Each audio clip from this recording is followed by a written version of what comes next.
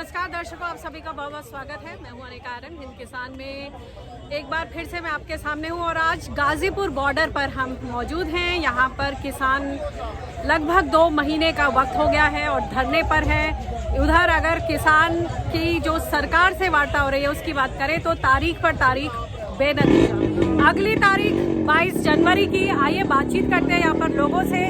जो कल की 20 जनवरी की जो वार्ता हुई वो एक बार फिर से बेनतीजा रही। हाँ, उसमें कुछ बातें सामने आई कि सरकार ने बोला कि हम अपनी कमेटी गठित कर देते हैं और 1.5 साल तक का जो समय दिया है आपकी रजामंदी से, किसानों की रजामंदी से इन कृषि कानूनों को स्थगित कर दिया जाए। इस पर आम किसान जनता की क्या प्रतिक्रिया है, इस पर हम बात कर रहे हैं। जी आदित्य, आज से लगभग 1 महीना 1.5 महीना पहले 2 दिसंबर को ये बात कही गई थी कि कमेटी का गठन किया जाए और बिलों को सस्पेंड, कमेटी का गठन नहीं, बिलों को सस्पेंड किया जाए। वही काम जो सुप्रीम कोर्ट के माध्यम से हुआ या फिर अब सरकार भी कह रही है। तो अब उस दरमियान 70-80 मौतें हो गई हैं। क्यों, हम जब वही कदम उठाना था तो क्यों नहीं पहले उठा लिया गया? और इन मौत जो हो गई है इनका जिम्मेदार कौन होगा आज? दूसरा, अभी तक जो मुख्य मुद्दा है जिससे हमारी फाइनेंशियल ग्रोथ होनी है वो है हमारा एमएसपी पर खरीद की गारंटी। उस विषय पर अभी तक मुद्दे को ठोक बजा करके बात नहीं हुई। 12 मीटिंग हो गई, 11 हो गई, पता नहीं, लगातार मीटिंग चलती जा रही है। तो जो मेन इशू है, बिल्स खत्म भी हो गए तो जो हमारी फसल की जो समस्याएं हैं, हर फसल चक्र में वही समस्या आती है, फसल बिकती नहीं है, बिकती है तो दाम नहीं मिलता है। तो इन सबसे पार पाने के लिए एमएसपी पर बिक्री की गारंटी होनी चाहिए। तो अब जो सरकार ने ये बोला है कि हम किसानों की ही रजामंदी से, उन्हीं से राय मशविरा करके 1.5 साल तक इसे स्थगित कर देते हैं, इसको आप लोग कैसे ले रहे हैं? ये किसानों की जीत है, सरकार बैकफुट पे है, या सरकार की तरफ से एक और उलझाने की बात सामने आ गई है और मुद्दा उलझ गया है सुलझने के बजाय? आप इसे स्थगित करें, कुछ करें, ठीक है, लेकिन जब तक आप एमएसपी की बात नहीं करेंगे हालात ज्यों के त्यों बने रहेंगे। इसमें ना तो कोई जीत है और ना कोई हार। तो इसे घंटा मान दे बेटे, ये फ्रॉड कर रहे हैं। हमें उठाने के लिए एक ना एक बहाना ढूंढ रहे हैं। लेकिन अब किसान इतना पागल नहीं रहा।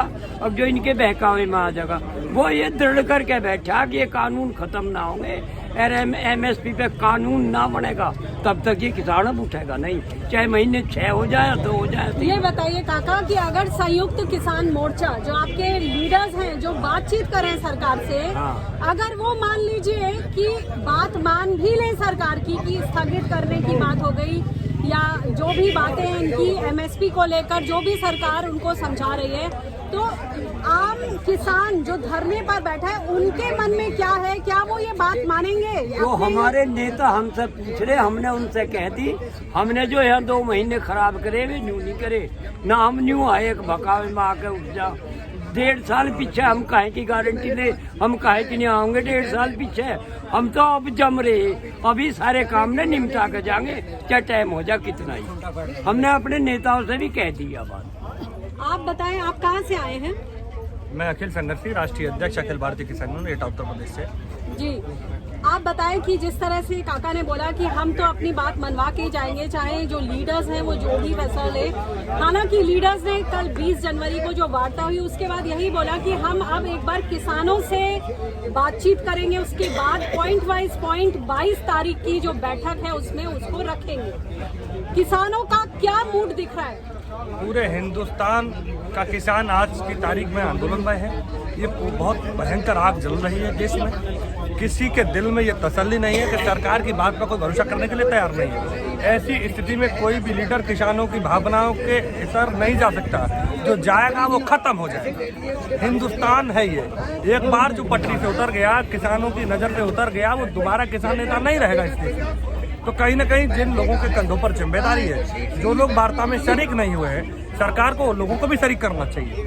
हम नहीं कहते कि जो लोग शरीक हुए हैं हम उनके खिलाफ हैं। हम ये कहते हैं कि जब तक सारे लोगों की सलाह मशवरा नहीं होगी, हिंदुस्तान में लगभग 500 किसान संगठन है पूरे देश में। अगर आप उत्तर प्रदेश, हरियाणा, पंजाब, मध्य प्रदेश, राजस्थान की बात करेंगे तो इन प्रदेशों में भी सैकड़ों संगठन है। लेकिन बात हो रही है गिनती के लोगों से। उन पे उनकी भी ये जिम्मेदारी है कि वो बिना किसानों की भावनाओं के, चूंकि यहाँ किसान आया अपने किसानों के कृषि विरोध अधिनियम कानून को रद्द कराने के लिए, एमएसपी की गारंटी के कानून की मांग को लेकर के इससे कम पर कुछ भी उन्हें स्वीकार नहीं है। हम लोगों ने भी अभी 11 जनवरी लाल बहादुर शास्त्री जी की पुण्यतिथि से एक पैदल मार्च एटा उत्तर प्रदेश से 250 किलोमीटर की पैदल यात्रा करके कल हम लोग यहाँ पहुँचे हैं। किन परिस्थितियों में पहुँचे ये हमारे संघ के कार्यकर्ता जानते हैं। प्रशासन ने कितना टॉर्चर किया है। वो एक तरफ सत्ता में बैठे लोग इस बात को कहते हैं कि पश्चिमी उत्तर प्रदेश के कुछ जनपदों को छोड़ करके पंजाब हरियाणा के अतिरिक्त कोई किसान यहाँ आना नहीं चाह रहा। सच्चाई ये है कि इन्होंने जो गरीबों की रेल है वो बंद कर रखी है। पूरे देश का किसान दिल्ली में आज होता है। और सरकार तो ये कह रही है कि सिर्फ पंजाब हरियाणा और उत्तर प्रदेश के किसान हैं जो दूर दराज के हैं वो आ नहीं रहे, या वो आप पा नहीं रहे हैं। ये उन्होंने आन नहीं दे रहे। वो सही बात है। दादा एक सेकंड सरकार कह रही है या अरे चौकीदार कह रहा है? अरे सुन तो लीजिएगा। ये बात सरकार कह रही है, चौकीदार कह रहा है? अरे आप रुक जाइएगा ना। सही बात यह है कि किसान आ नहीं पा रहे हैं। उनकी परिस्थितियां पहले इतनी अच्छी नहीं है। जो पूर्वांचल का किसान है वो ज्यादा गरीबी से जूझ रहा है, उसकी स्थितियां अच्छी नहीं है। जो नजदीक का किसान है 50-100 किलोमीटर का, वो अपने ट्रैक्टर ट्रॉली के साथ आ रहा है लड़ झगड़। हम 250 किलोमीटर से पैदल यात्रा लेकर चले तो 3 दिन मुझे ही नजर करके रखा योगी जी ने। वहाँ अगर हजारों किसान सड़क पर न बैठे होते, हमारी रिहाई नहीं होती और आज हम दिल्ली में न होते। वहाँ हजारों किसानों के दबाव में हमारी रिहाई करनी पड़ी। उसके बाद अलीगढ़ में पुलिस का अत्याचार होता है, बुलंदशहर में पुलिस प्रशासन का अत्याचार होता है। हम जिस गांव में रुक जाते हैं लोग, वहाँ पुलिस प्रशासन की दर्जनों गाड़ियाँ आकर के उस गाँव को घेर लेती हैं, गांव को छावनी में तब्दील कर देती हैं। गांव के लोगों पर प्रेशर बनाया जाता है कि आतंकवादी आप यहाँ आके रुकते हैं, इन्हें आप आगे निकलने दीजिएगा। 3 दिन 3 रात लगातार किसान बिना सोए बिना खाए, तमाम कार्यकर्ताओं ने 3 दिन तक न नहा पाए न मुंह धो पाए, निरंतर चलने के बाद अपने लक्ष्य की प्राप्ति की है। मेरा मानना यह है कि अगर सरकार जिस तरीके से किसान आना चाह रहा है उसे अपनी स्वेच्छा से आ जाने दे तो इन्हें तो 5 दिन में पता लग जाएगा क्या हालत होगी। गरीबों की रेल बन गई, हिंदुस्तान में सारी चीजें खुल गई, नेताओं के भाषण खुल गए, नेताओं के सारे चुनाव खुल गए। उत्तर प्रदेश में पंचायत के चुनाव अभी होने जा रहे हैं। लगातार वो प्रचार प्रसार सरकार इसलिए कर रही है कि लोग, चूंकि पंचायत का चुनाव सीधा किसान से रिलेटेड है, वो वहाँ के प्रत्याशी भी वहीं के हैं, सपोर्टर वहीं के, लोग इसमें उलझ जाएं, आंदोलन की तरफ मूव न करें। सरकार ने फोकस कर दिया है कि चुनाव होगा, लेकिन आंदोलन में कोई जा रहा होगा तो यहाँ कोरोना हो जाएगा। गरीबों की रेल में अगर जनरल बोगी लगेगी तो उसमें कोरोना फैल जाएगा। अमीर लोग रिजर्वेशन करा के कहीं से कहीं भी जा सकते हैं, कोई दिक्कत नहीं। तो जो सरकार गरीबों के खिलाफ है उसका आक्रोश सड़क पर है। आप ये बताएं, आप बात कर रहे थे कि एमएसपी को लेकर ये एक बड़ी मांग है किसानों की। जो एमएसपी की जब बात आती है तो एक आंकड़ा बीच में आ गया कि कुछ 17 लाख करोड़ रुपए का खर्चा आएगा, जिसे सरकार कह रही है कि ये हम वहन नहीं कर सकते हैं, ये बहुत बड़ा खर्चा है हमारे लिए। एमएसपी जैसा चलता था वैसा चलेगा। तो जो चलता था उसमें तो गेहूं और चावल इसी की खरीद होती है, और उसमें भी जो खरीद होती है जितना बोला जाता है उतनी होती नहीं है। तो अगर जैसा था ऐसा चलेगा तो ऐसे तो किसान परेशान हो जाएंगे। 23 फसलों पर एमएसपी घोषित होती है, मिलता कुछ है नहीं। सवाल पैसा किसका है? अरे सरकार का है, हमारा है? सब जाओ ना भाई। सवाल ये है कि वो जितने आंकड़े बता रहे हैं उनके सब फर्जी आंकड़े, उनका कोई अर्थ नहीं है। सवाल ये है कि हम ये चाहते हैं कि आप हमें गारंटी कानून दीजिए, सरकार खरीदे या कोई व्यापारी खरीदे, उस रेट से कम पर न खरीदे। हमारे किसान आंदोलन की एक और मांग ये है कि जो बताइए सीलिंग एक कैप लग जाए कि 2 रुपए से नीचे ना फिसले और 10 रुपए के ऊपर ना खरीदी जाए। यानी जो किसान है वो जब उपभोक्ता भी हैं तो उन्हें दोरी मारना पड़े कि कच्चा माल सस्ते में बेचा और आगे चल के भी जो है बहुत महंगा खरीद रहे हैं अपने खाने के लिए। इसमें ये तो बहुत सीधी सी बात है ना, एक सीलिंग लग जाए, दोनों तरफ कैप लग जाए। ये इतनी सी बात सरकारी नीतियों में क्यों नहीं आ पा रही? वो इसलिए नहीं आ पा रही है क्योंकि जो राजनीतिक दल है उनके हेलीकॉप्टर उड़ाने के लिए पूंजीपति उद्योगपति चंदा देते हैं। वोट उनको जाति पार्टी नाक मूछ धर्म के नाम पर मिल रहा है। तो वोटर तो अपना जिस परिस्थितियों में चल रहा है वैसे चल रहा है, लेकिन जो रैलियां कर रही हैं, मोदी जी को हेलीकॉप्टर चाहिए, अन्य दलों के नेताओं को हेलीकॉप्टर चाहिए, पूंजीपति उद्योगपति देते हैं। जब तक वो लूट नहीं करेंगे, उन्हें लूट की छूट नहीं दी जाएगी, जनता का दोहन नहीं कराया जाएगा, तो पैसा क्यों देंगे चंदा? पर वोट तो ज्यादा से ज्यादा किसान और मजदूर करते हैं, और किसान जो हमेशा अपनी किसानवाद के अलावा सारे वादों से प्रभावित हो जाता है। 2019 में भी इस तरह की बातें थी, तो किसानों ने बोला जब पुलवामा हुआ तो कि हम राष्ट्रवाद के नाम पर वोट दे रहे हैं, अपने मुद्दों को दरकिनार कर रहे हैं।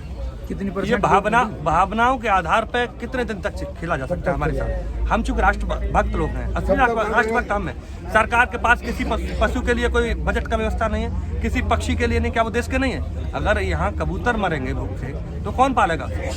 हम अन्नदाता हैं। आज तक न कोई एमएलए देवता कहता है, न कोई सांसद देवता कहता है, न प्रधानमंत्री देवता कहता है, न कप्तान देवता कहता है, न कलेक्टर देवता कहता है। किसान इसलिए देवता है कि पूरे संसार को पालने का काम करता है। ये जो फर्जी बातें कर रहे हैं, इनका बेनकाब होना बिल्कुल तय हो गया है। और सवाल ये है, चूंकि हम लोगों की लड़ाई सत्ता से नहीं है, क्योंकि हम लोग विपक्ष के भी नहीं हैं, हम इस देश के आम नागरिक हैं। हम लोग अपने मुद्दों पर लड़ाई लड़ रहे हैं, अपनी व्यवस्था की लड़ाई लड़ रहे हैं कि हमें भी व्यवस्थित रूप से जीवित रहने का अधिकार है। तो यही तो बात कह रही है सरकार कि हम तो आपके लिए ऐतिहासिक कानून लाए हैं। हम आपकी जो खेती की फसल है वो विदेशों तक पहुंचेगी। कैसे? सही बात ये हमसे है, लूट की जो पूजा सही हमें बात विदेश ये है, में, ये सब फर्जी बात है। खरीदी 900 रुपए, हमसे खरीदा मुँह धान 900 रुपए, और ये पूछा रहे माँ 3000-3200 रुपए। तो हमसे लूट की तो पूछाओगे माँ, इस समय गन्ना हम किस तो बार और लूट रहा नीचे है? चले गए। बाजरा पिछली अब बार गन्ना किस बार लूट लूटा रहा था? सब। अरे अब हम लूट रखे जब भी तो कर रहे हैं, और हम तो लूट ही रहे, जो वो उपभोक्ता वो भी लूटेगा। तो यानी अब आप जब ये कह रहे हो कि खेती की तरक्की तो हो जाएगी, मगर जो उसका मेन हीरो है वो साइडलाइन हो जाएगा। तरक्की कैसा हो जाएगी? तरक्की कैसा हो जाएगी जी? मर्द और ही नहीं रहने का कुछ, हम तो और गड्ढे में चले जाएंगे। तो कह रही हूँ जो और main इन hero 60 साल है, में, वो साइडलाइन हो रहा है अरे किसान। बेटे इन 60 साल में और की नहीं, मैं अपनी बता रहा हूँ, मैंने कभी क्रेडिट कार्ड नहीं बनवाया। और मैंने 5 साल हुए जब क्रेडिट बनवाया 15 में, और 15 से अब तक मेरे पे वो जमाना हुआ, हर बार बढ़ाता आ रहा हूँ। भाई अब मैनेजर साहब इतने बढ़ा के इन्हें तू फिर के कर ले, इतने बढ़ा के फिर कर ले, 1 लाख से 3 लाख पे पहुंच गया। तो हम तो इन्होंने धरती में गाड़ दिए। तो मोदी जी तो फिर क्रेडिट कार्ड बोल रहे किसान। अरे यूं ही तो कर रहे हैं कि कर्जे में दब जाएंगे, तो अपने आप ही फरत धर जाएंगे, अपने आप ही फरत धर देंगे। हमारे बस किनारी खेती तू ही कर ले, बात तो यही आ रही है। तो आपने सुना कि किस तरह से यहाँ पर जो किसान धरने पर हैं, उन्होंने अपने अपने मन की बात रखी है। बात सिर्फ दिक्कत यही है, सिर्फ किसानों की मन की बात जो है मोदी जी तक नहीं पहुँच पा रही है। अनेक कारण इन किसान